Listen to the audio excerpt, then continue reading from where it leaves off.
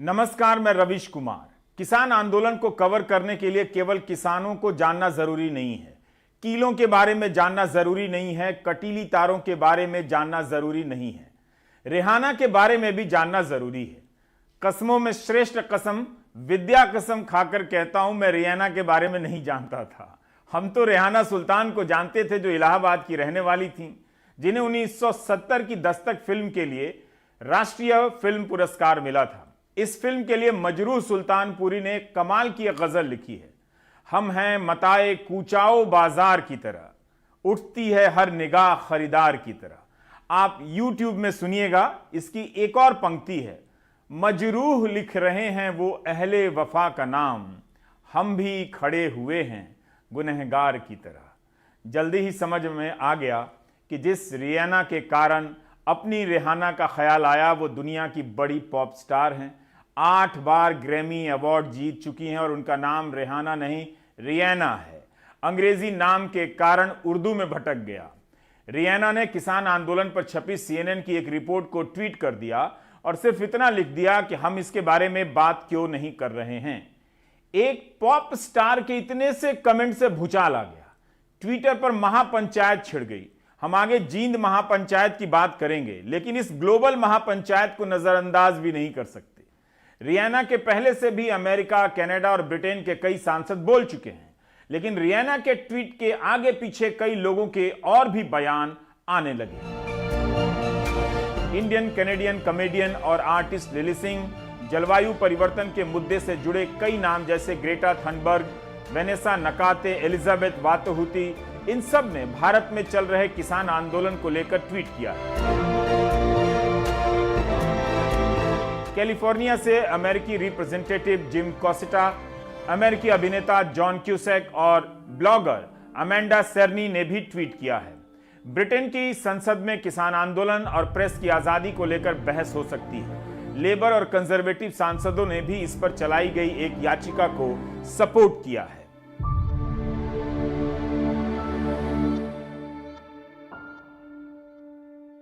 रियाना है, रेहाना नहीं। रेहाना होती तो पक्का FIR हो गई होती। खूब ट्रोल किया जा रहा है रियाना को, उनके निजी रिश्तों को खंगाला जा रहा है। भाषा तो आप जानते ही हैं, जैसी हिंदी में थी अब इंग्लिश में हो चुकी है।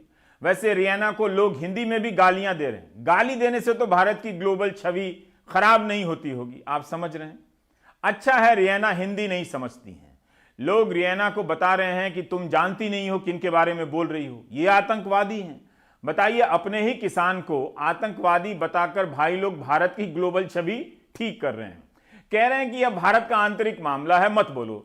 लेकिन पूर्वी दिल्ली से बीजेपी के सांसद रियाना से भारत के आंतरिक मामले में बहस करना चाहते हैं। मनोज तिवारी ने रियाना को एक वीडियो टैग कर ट्वीट कर दिया है कि इस पर बात क्यों नहीं होती है। इस वीडियो में दिखाया गया है कि कैसे किसान पुलिस पर हमला कर रहे हैं, लाल किला पर हमला कर रहे हैं। आप ही बताइए, क्या मनोज तिवारी रियाना को भारत के आंतरिक मामलों की जानकारी नहीं दे रहे हैं? इसी चपेट में जलवायु कार्यकर्ता मणिपुर की 9 साल की लिसिप्रिया कंगुजम भी आ गई हैं। उन्हें भी किसान आंदोलन का सपोर्ट करने के लिए काफी ट्रोल किया जा रहा है, भद्दी भद्दी गालियां दी जा रही हैं। बहरहाल ट्विटर पर रियाना के 10 करोड़ से अधिक फॉलोअर्स हैं। प्रधानमंत्री मोदी के भी 6.5 करोड़ फॉलोअर्स हैं। रियाना इतिहास की सबसे बड़ी गायिकाओं में से एक है, जिनके एल्बम ने सारे रिकॉर्ड तोड़ दिए हैं। 32 साल की उम्र में ही 5.5 करोड़ एल्बम बिक चुके थे। लगता है रियाना भी अपने गीतों में अनाज उगाती है। गारफील्ड सोबर्स और गॉर्डन ग्रीनीज का नाम तो आपने सुना ही होगा क्रिकेट में। उसी बारबाडोस की रहने वाली हैं रियाना। एक अमेरिकी प्रोड्यूसर ने उनकी प्रतिभा को पहचाना और अपने देश में ले आए। रियाना अरबों कमाती हैं और लाखों दान देती हैं। कोरोना वायरस के लिए $8 मिलियन दान कर दिया। रियाना ने म्यांमार में तख्ता पलट और नाइजीरिया में तानाशाही की हिंसा का विरोध किया है और सूडान में तानाशाही के खिलाफ चल रहे प्रदर्शन का समर्थन किया है। अमेरिका में जब ब्लैक लाइव्स मैटर के बारे में आंदोलन चला तो खुलकर बोलती रही। अमेरिका की उपराष्ट्रपति कमला हैरिस की भांजी मीना हैरिस ने भी ट्वीट कर दिया है और किसान आंदोलन की तस्वीरों के साथ लिखा है कि यह संयोग की बात नहीं है कि एक महीना पहले दुनिया के सबसे पुराने लोकतंत्र पर हमला हुआ और आज दुनिया के सबसे बड़े लोकतंत्र पर हमला हो रहा है। हम सभी को भारत में हो रहे इंटरनेट शटडाउन और किसानों के खिलाफ इस्तेमाल होने वाले पैरामिलिट्री बल का विरोध करना चाहिए। उग्र राष्ट्रवाद भारत या किसी भी और देश में उतनी ही ताकतवर शक्ति होती है जितनी कि अमेरिका में, तो वो अमेरिका की भी आलोचना कर रही हैं। ये तभी रुकेगा जब तक हम इस सच्चाई को नहीं स्वीकारते कि फांसीवादी तानाशाह कहीं नहीं जाने वाले हैं। इसके लिए लोगों को संगठित और एकजुट होना होगा। आप किस भारतीय कलाकार को जानते हैं जो सूडान, नाइजीरिया, म्यांमार में तानाशाही के खिलाफ बोलते हैं? क्या उन्हें किसी ने दूसरे देश के भीतरी मामलों में बोलने से मना किया है? कहीं भी तानाशाही हो, उसके खिलाफ हर देश के नागरिक को बोलना चाहिए। अब रियाना का ट्वीट आया तो उसके खिलाफ भारतीय फिल्म कलाकारों के ट्वीट आने लगे कि हमें एकजुट रहना है, हमें बंटना नहीं है। लेकिन 2 महीने से किसान आंदोलन पर हैं, उन फिल्म स्टारों के ट्वीट नहीं आए। क्या किसी के कहने पर रियाना के ट्वीट का जवाब दिया जा रहा है, या सचमुच उनकी अंतरात्मा ने कहा कि वो किसानों को छोड़कर रियाना के ट्वीट के खिलाफ एकजुट नजर आना चाहते हैं?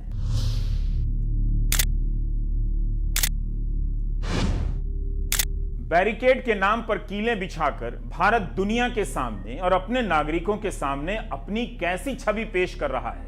क्या सरकार को इस बात की चिंता नहीं कि किसानों के मन में इन कीलों और कटीली तारों को देखकर क्या छवि बनेगी?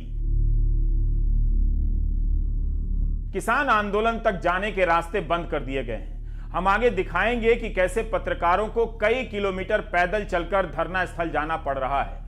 आंदोलन के भीतर पानी नहीं है, ना नहाने के लिए, ना शौच के लिए, इंटरनेट बंद है। इन तस्वीरों से भारत की कैसी छवि बनेगी भारत में और भारत के बाहर?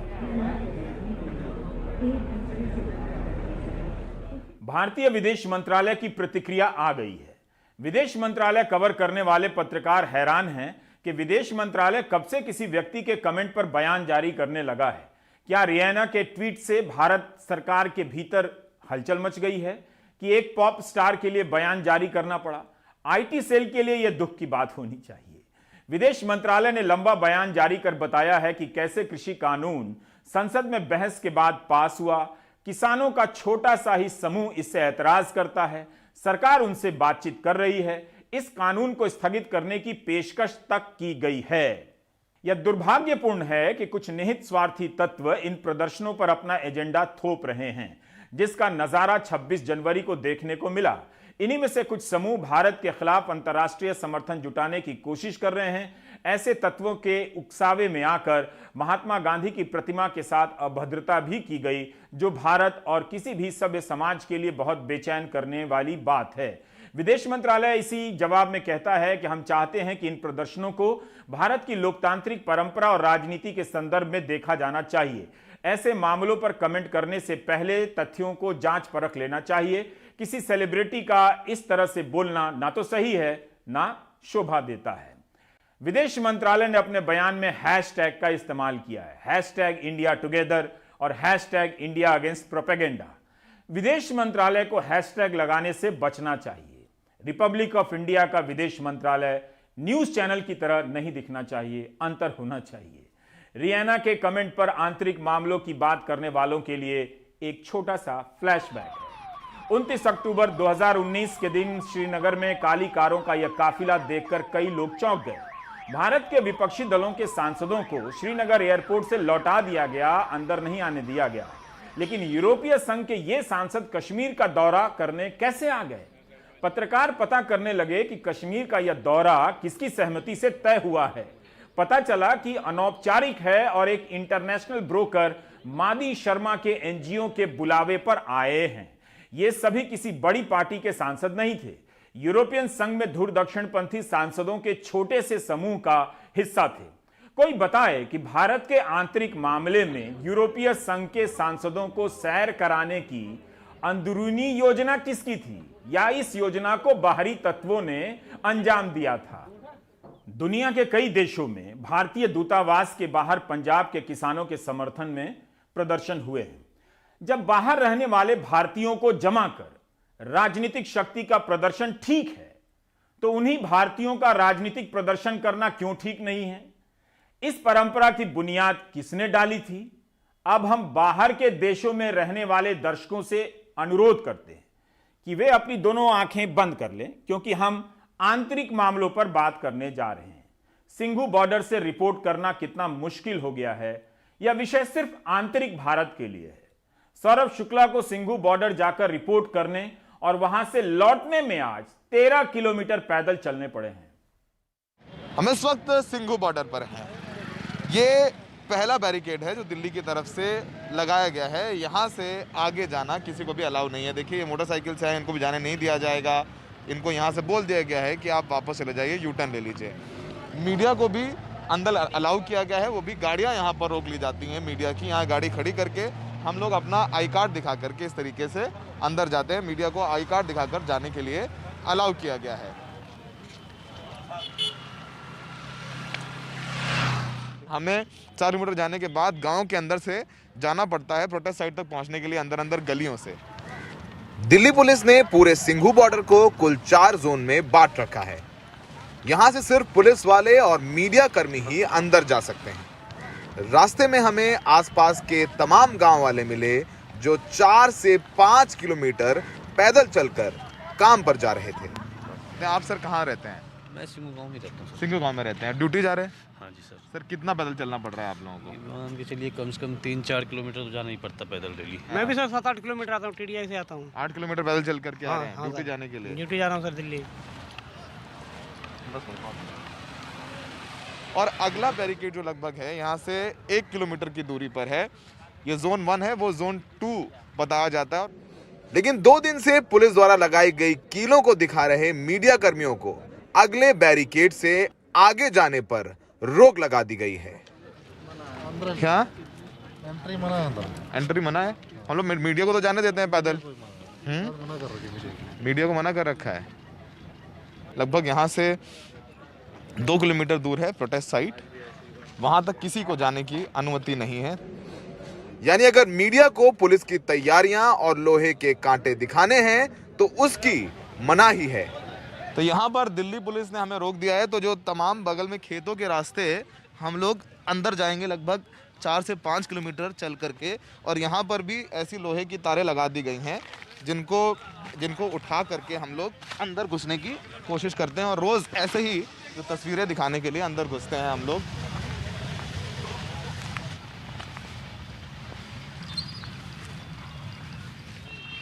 अब हम खेतों से होकर के सिंघू गांव आ गए हैं। यहाँ पर बीच बीच में पुलिस की तैनाती भी की गई है कि अगर कोई किसान आता दिखे तो उसको भी रोक दिया जाए। खेतों से होते हुए 2.5 किलोमीटर लगभग अब हरियाणा की सीमा में पहुंच चुके हैं। ये एमसीडी का टोल नाका है जो कि अभी बंद पड़ा हुआ है, और यहाँ से अब ये हरियाणा की सीमा शुरू हो गई है और यहाँ से कोंडली इंडस्ट्रियल एरिया शुरू हो जाता है। इन पतले रास्तों में घूम घूम कर गाँव वाले भी दिल्ली पहुंचने की कोशिश करते नजर आए। तो हम लोग यहाँ पर पहुँच चुके हैं। ये कोंडली इंडस्ट्रियल एरिया है, सोनीपत इलाका, और यहाँ से लगभग गलियों पर चलते चलते अंदर ही अंदर तमाम इंडस्ट्रियल एरिया है, उससे गलियों से होते हुए हम प्रोटेस्ट साइट तक पहुँचेंगे। हम किसी तरह अंदर फैक्ट्रियों के बीच से उस बैरिकेड तक पहुंचे जहां से किसानों का आंदोलन चल रहा है। तस्वीरें कुछ ऐसी थीं कि रोंगटे खड़े हो गए। पुलिस एक कांटों की दीवार बनाने के बाद एक नई दीवार बनाने के लिए नेशनल हाईवे को क्रेन से खोद रही थी। नुकीले करके लोहे के सरिये भी किसानों की तरफ लगा दिए गए हैं। हमें लगा कि हम दिल्ली और हरियाणा के बॉर्डर की बजाय किसी अंतरराष्ट्रीय बॉर्डर पर आ गए हों। लगभग 6 किलोमीटर पैदल चलकर यहाँ पहुँचे हैं, और ये देखिए पूरी कंक्रीट की दीवार बना दी गई है और उसके ऊपर कांटे लगाए गए हैं। इसके अलावा जो है और खुदाई की जा रही है, और खुदाई करके ये देखिए ये कागज़ से और ये जो कपड़े से ढके गए हैं, ये लोहे के सूजे हैं जिसको ढक दिया गया है। और एक और जो है सड़क की खुदाई की जा रही है, और इसके आगे एक और दीवार बनाई जाएगी। देखिए कंक्रीट की दीवार बना दी गई है। अगर आपको यहाँ पर महसूस ये होता है कि किस चीज़ के लिए तैयारी की जा रही है, जाहिर सी बात है यहाँ पर इंटरनेट नहीं है।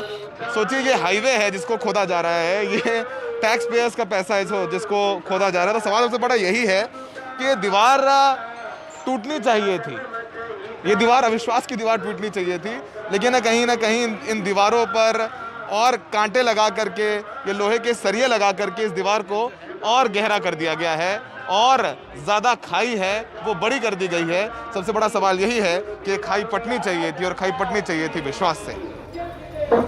ये तस्वीरें आप तक पहुंचाने के लिए वापस हमें अंदर से 6 किलोमीटर चलकर दिल्ली आना पड़ा, क्योंकि किसानों के आंदोलन में इंटरनेट बंद है। सहयोगी सचिन गुप्ता के साथ सौरभ शुक्ला, एनडीटीवी इंडिया। मंगलवार को हमारे सहयोगी परिमल कुमार को 10 किलोमीटर दूर जाकर अपनी रिपोर्ट भेजनी पड़ी।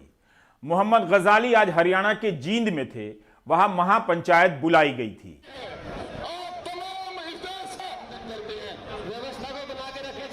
मुजफ्फरनगर की महापंचायत के बाद जींद के कंडाला की यह महापंचायत ने किसान आंदोलन में नई जान डाल दी है। किसानों की पंचायतों में जुट रही भीड़ किसान नेताओं का मनोबल बढ़ा रही है कि अब कानून वापसी मुमकिन है। इसी के साथ अरसे बाद किसानों की पंचायत की वापसी हो रही है। उनकी भूमिका काफी कमजोर हो चुकी थी। अक्सर ऐसी पंचायतों को किसी बिरादरी से जोड़ा जाता था, लेकिन इनमें सभी समाज के किसान और नेता हैं। सबका बैनर और पहचान एक ही है, किसान की पहचान का बैनर। किसान आंदोलन को गैर राजनीतिक नेतृत्व और आधार देने के लिए इन महापंचायतों के पास जाने के अलावा दूसरा रास्ता नहीं बचा था।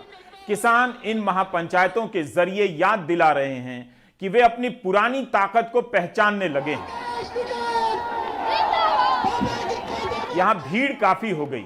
राकेश टिकैत जहां भी जा रहे हैं, लोग उन्हें घेर ले रहे हैं। उनके अड़ जाने से लगता है कि किसानों का मनोबल वापस आया है। इतना ज्यादा घेर लिए जा रहे हैं कि जिस मंच पर बैठे थे वो मंच ही गिर गया। यह राकेश टिकैत से ज्यादा किसानों के मनोबल की वापसी का संकेत है। हर महापंचायत में राकेश टिकैत की मांग बढ़ गई है। कंडेला महापंचायत में मांग की गई कि तीनों कानून रद्द किए जाएं, स्वामीनाथन कमेटी की रिपोर्ट लागू हो और किसानों का कर्जा माफ हो। 26 जनवरी को पकड़े गए आदमी और ट्रैक्टरों को रिहा किया जाए, मुकदमे वापस लिए जाएं। कंडेला गांव का अपना राजनीतिक महत्व है। यहां पर फरवरी 2000 में बिजली बिल माफी को लेकर बड़ा आंदोलन चला। ओम प्रकाश चौटाला ने पूरी माफी का वादा कर चुनाव जीत लिया और जीतने के बाद पूरी माफी नहीं की। खूब धरना प्रदर्शन हुआ और पुलिस की गोली से 9 किसानों की मौत हो गई। इसके विरोध में 18 साल तक इस गांव के लोगों ने ओम प्रकाश चौटाला को कंडाला में नहीं आने दिया। अभय सिंह चौटाला ने जनवरी 2019 में उनकी मौत के लिए माफी मांगी थी, किसानों की मौत के लिए। 2018 में दुष्यंत चौटाला ने जब अलग पार्टी बनाई, तब जाकर उन्हें इस गांव में आने दिया गया था। किसान पंचायत तो सिर्फ एक किसानों के, उसमें अपने अपने संगठन हैं। खाप पंचायत तो सामाजिक, उसमें जो काम है उसमें भी हिस्सा लेती है। भाई किसी का आपस में रौड़ा हो जाए, भाई बहु छोरी का है और किसी का है, लेकिन ये खाप पंचायतों वाले भी सारे किसान हैं। तो किसान खाप पंचायतों ने, उत्तरी भारत की खाप पंचायतों का मैं राष्ट्रीय संयोजक भी हूँ और कंडेला खाप का प्रधान भी हूँ, तो सारी खाप पंचायतों ने समर्थन कर दिया। हरियाणा के किस किस संगठन से लोग यहाँ आ रहे हैं? यहाँ से जो हरियाणा के चाहे 50 संगठन हो, चाहे 20 संगठन हो, सभी आएंगे और जो संयुक्त मोर्चा है उसके लोग भी आएंगे। किसी एक जाति, धर्म, तबका, किसी एक का ये पंचायत नहीं है? नहीं, ये 36 बिरादरी की पंचायत है। हमारे तो 36 बिरादरी चंदा देती है। जैसे हमने 200 रुपए किला लगाया है, 36 बिरादरी ने दिया है। जो हमारे कंडेला खाप में 36 बिरादरी के लोग वहाँ धरने पे बैठे हैं। 36 बिरादरी के सभी खापों में भी और सभी किसानों में भी सभी जाते हैं। मुख्य काम जो खाप पंचायत हो, सामाजिक ताने बाने के लिए गठित की गई थी और आज भी काफी खापों का बहुत ज्यादा योगदान है। और जैसे अब ये किसान आंदोलन है, इसमें चले हैं, इसमें भी पूरे हरियाणा की जो खाप पंचायत है भरपूर तौर पर किसान आंदोलन के साथ आज खड़ी है।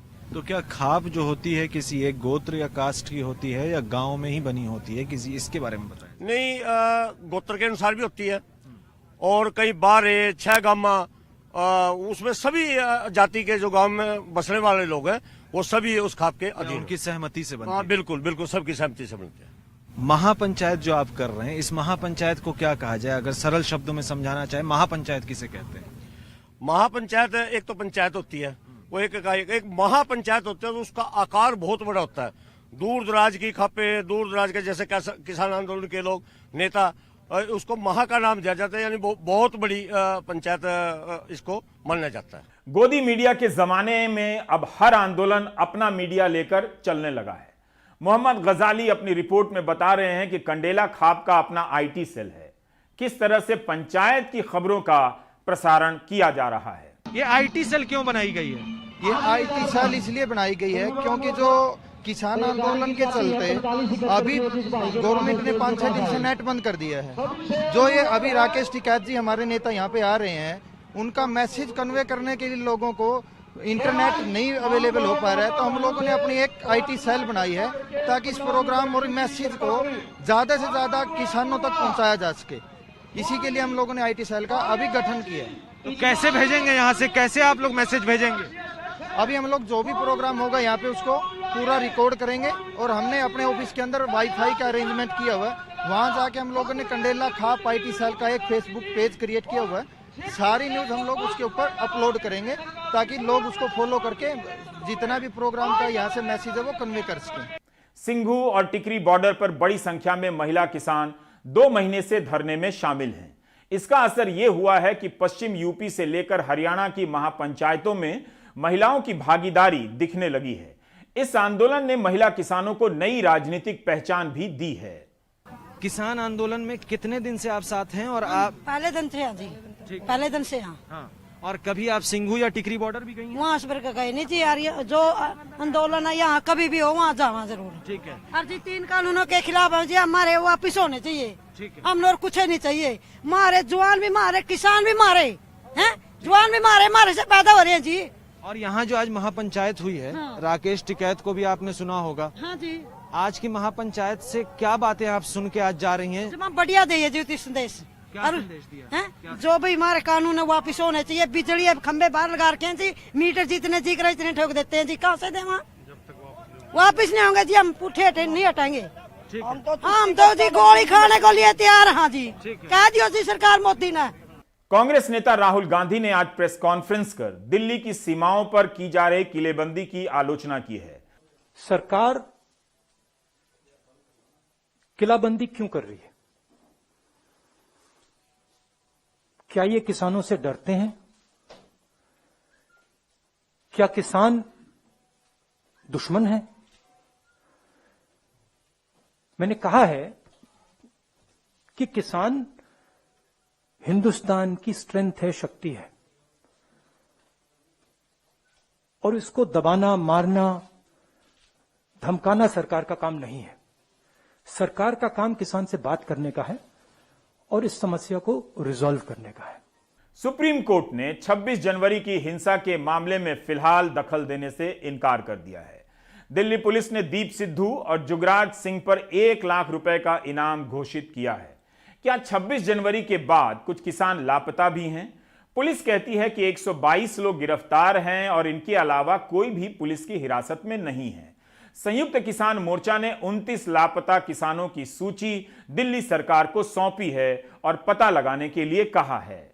कल जो लिस्ट में हमको मिली 115 लोगों की जो तिहाड़ जेल में है, तो 29 लोगों की लिस्ट जो हमने दिल्ली सरकार को दी जो मिसिंग थे, तो रात हमने इसको टैली किया है, तो जो 29 लोगों की लिस्ट है उनमें से 11 लोग तो मिल गए हैं। वो तिहाड़ जेल में है, 9 हरियाणा से हैं और 2 पंजाब से हैं। लेकिन अभी भी बहुत सारे लोगों की सूचना नहीं मिल रही है। हाँ, 18 जो अभी तक जानकारी है। अच्छा। जो हमने 5 नंबर जारी किए हैं उस पर फोन आएंगे, वो शाम को हम एनालिसिस करेंगे कि और कितने लोग और मिस हैं। देखिए, जो बिल्कुल एक जैसे सरकार ने अपने देश के लोगों के खिलाफ एक जंग जैसा माहौल बना लिया है। बुलंदशहर से हमारे सहयोगी मनीष शर्मा ने रिपोर्ट भेजी है कि यहां से गाजीपुर के लिए किसानों की पदयात्रा निकली है। आप जानते हैं कि आंदोलन में पानी की सप्लाई काट दी गई है। लोगों को पानी की बहुत दिक्कत हो रही है, तो बुलंदशहर के किसान पानी भी लेकर गाजीपुर की तरफ चले हैं। 36 गांवों का पानी लेकर किसान निकले हैं, मतलब 36 बिरादरी के गांवों का पानी जा रहा है। संदेश है कि यह किसी एक जाति का आंदोलन नहीं है, सभी जाति के किसानों का आंदोलन है, बल्कि किसानों का आंदोलन है, सर पर मटका और हाथ में तिरंगा लिए इन किसानों की पदयात्रा 95 किलोमीटर की दूरी तय कर गाजीपुर पहुंचेगी। किसान नेता मांगेराम त्यागी की अगुवाई में किसानों का दल आज रवाना हुआ। मनीष ने बताया कि 1,500 से 2,000 किसान पैदल गाजीपुर की तरफ निकले हैं।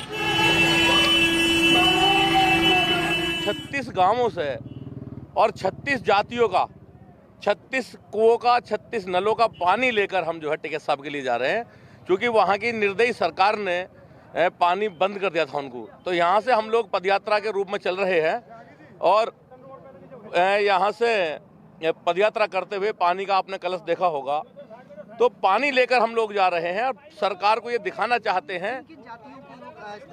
इसमें 36 जातियों के लोग हैं, त्यागी हैं, ब्राह्मण हैं, जाट हैं, ठाकुर हैं, राजपूत हैं और मोमडन्स हैं, वाल्मीकि भी हैं, इसमें जाटव भी है, दलित समाज है, सब लोग हमारे साथ हैं इस वक्त। पिछले दिनों खबर आई थी कि सीतापुर के प्रशासन ने किसानों को नोटिस दिया है कि क्यों ना शांति भंग करने की आशंका में उनसे 10 लाख तक के बॉन्ड भराए जाएं।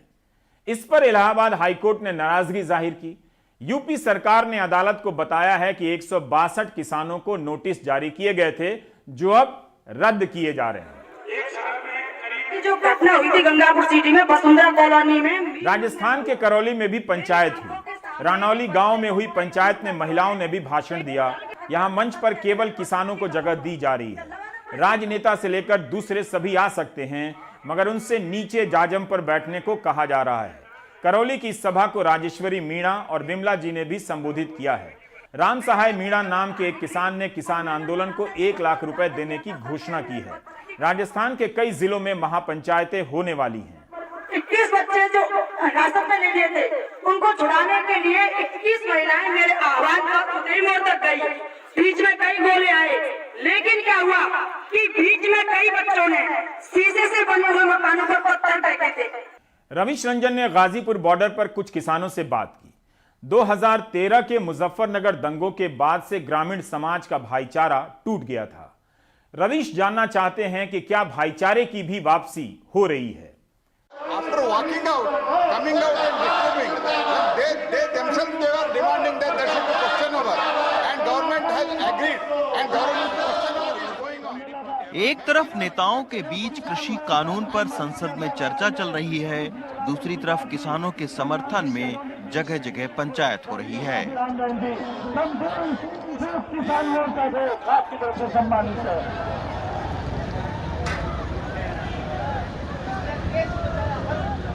इन सब के बीच गाजीपुर बॉर्डर पर लगातार किसान आ रहे हैं और सरकार के अगले दांव का इंतजार कर रहे हैं। एक तरफ किसान आंदोलन पर नेता राजनीति का चौसड़ खेल रहे हैं और दूसरी तरफ गाजीपुर बॉर्डर पर ये किसानों का चौसड़ चल रहा है। ये आप देखिए कि इस चौसड़ के खेल में क्या किसान बाजी मारेगा या सरकार बाजी मारेगी, इस पर कहना मुश्किल है। किसकी जीत होगी? देखेंगे, इसी में देखेंगे क्यों होगी। जीत होगी किसानों की, किसानों की जीत। अच्छा, हाँ, किसानों की जीत होगी, इसमें सरकार की जीत नहीं होगी।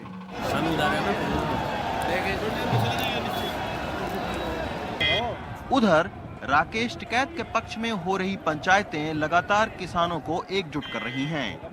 मुजफ्फरनगर दंगों के वक्त जिन पंचायतों ने किसानों को बांटा था, अब हो रही पंचायतें सौबीर सिंह, कमरुद्दीन और प्रगट सिंह जैसे लोगों को जोड़ रही हैं।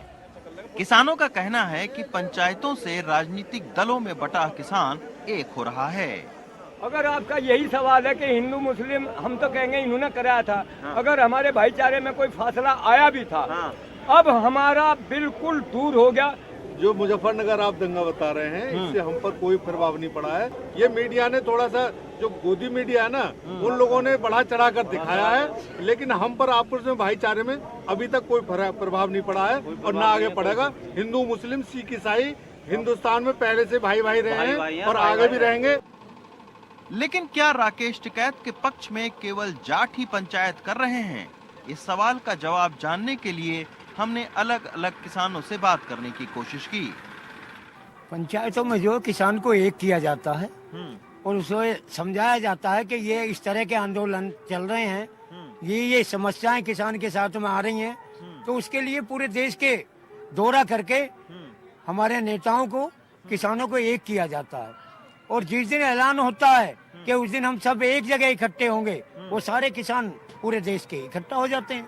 ये नहीं चाहते हैं कि किसान का बच्चा खुशहाल रहे, ये नहीं चाहते हैं कि किसान का परिवार खुशहाल रहे। ये किसान के खेतों को लेना चाहते हैं, किसान के पानी को लेना चाहते हैं, ये किसान का मालिकाना हक छीनना चाहते हैं। और ये मालिकाना हक को हमारा मालिकाना हक इस सरकार के पास न चला जाए, उसी की लड़ाई है। हम अपने किसान मालिकाना हक मांग रहा है। हालांकि उत्तर प्रदेश और हरियाणा सरकार किसानों को रोकने की कोशिश कर रही हैं, लेकिन पंचायतों में उमड़ रही भीड़ ये दिखा रही है कि ये पंचायतें किसान आंदोलन को एक नई ताकत दे रही हैं। गाजीपुर बॉर्डर से राहुल और एन रवि के साथ रवीश रंजन शुक्ला, एनडीटीवी इंडिया। किसान आंदोलन का 72वां दिन है। ट्विटर पर धारणाओं की लड़ाई और गोदी मीडिया के हमले के बाद भी यह आंदोलन हर दिन एक नया मोड़ ले लेता है, 2 कदम आगे चल देता है। बाकी ब्रेक के बाद।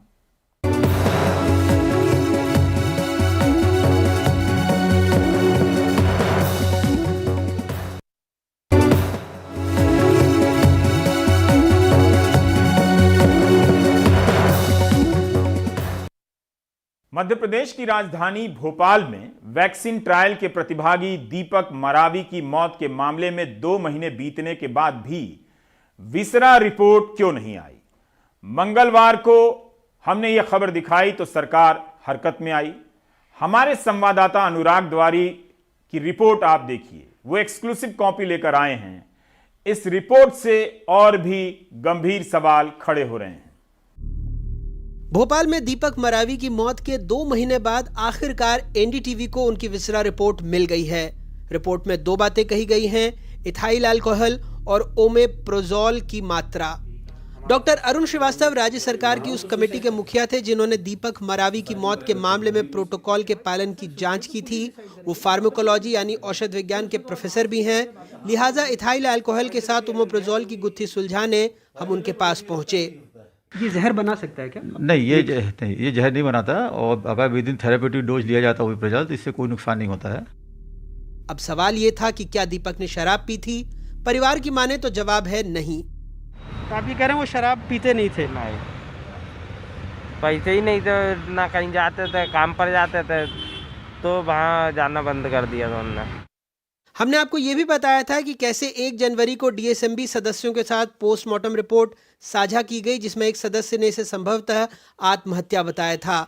लेकिन क्या पुलिस विसरा और पोस्टमार्टम के आधार पर किसी नतीजे पर पहुंच सकती है? आखिरकार अगर मामला आत्महत्या का है तो ये तय तो पुलिस ही करेगी, क्योंकि पोस्टमार्टम में किसी बाहरी चोट का जिक्र नहीं है जो अमूमन आत्महत्या से लग सकती है। पुलिस फिलहाल सवाल ही पूछ रही है।